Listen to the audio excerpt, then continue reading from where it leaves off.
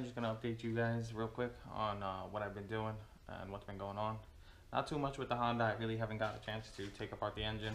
I've been really busy at work covering other managers and whatnot. But for today, again, we're just gonna keep it simple and show you guys what I have.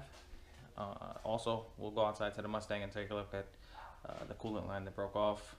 Although I did order a flexible coolant line from eBay for like $20-something. Hopefully that remedies the problem of the bigger radiator. So big surprise over here, we have a K20A3. Not sure if you can see that, but let's go ahead and flash a light so that everybody can take a look.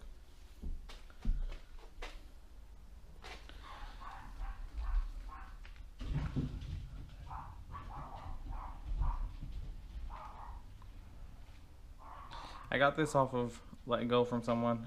We made like a simple trade. And he gave me a really good offer on it. I hope to put this on the Honda after taking the D17 out.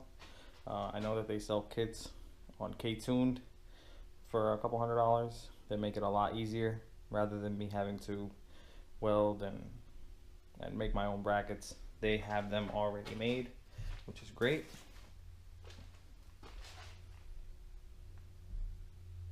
I have posted this earlier in a community post to show you guys and see if anyone knew what kind of engine it was.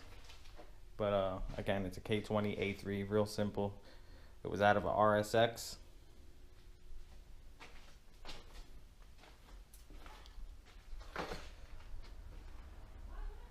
Hopefully this weekend, I don't want to say this weekend, hopefully I can get this done before next weekend, get the engine out. Like I said before, I have the parts and I have the tools to get everything out. It's just a matter of actually getting it done. Real simple. Yeah, real fun.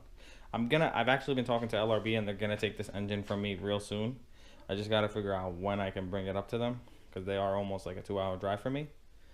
I really want to get this one built. I've actually been thinking about boosting my 200 cubic inch just for now until I get back the other engine. The 351 Cleveland would be a big project and it would take a lot of time. I kind of want to get to the track now and get some footage from there. Real cool. You know? I can actually weld up an exhaust manifold myself. All right, so I just finished topping this thing off. After looking at it, it looked like I didn't tighten this clamp hose to begin with. It was just left loose from when I put this bigger radiator in that was out of a V8. I tightened it up and let's give it a start. Hopefully it doesn't leak again. All right, I'm also gonna go through the other clamps, but they all seem fine. That one was absolutely loose completely. I'm shocked it didn't explode earlier.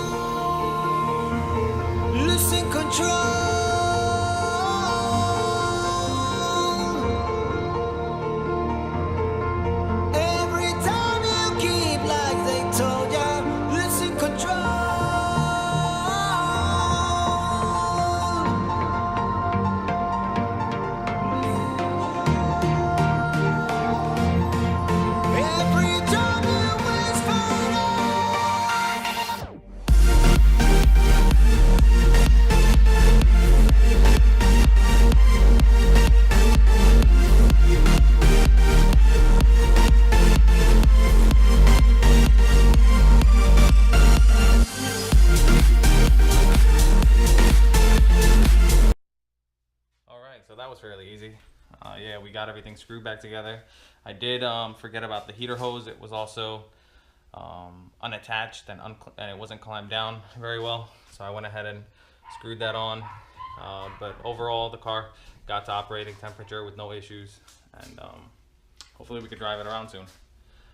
Thanks for tuning in, and you have a wonderful day.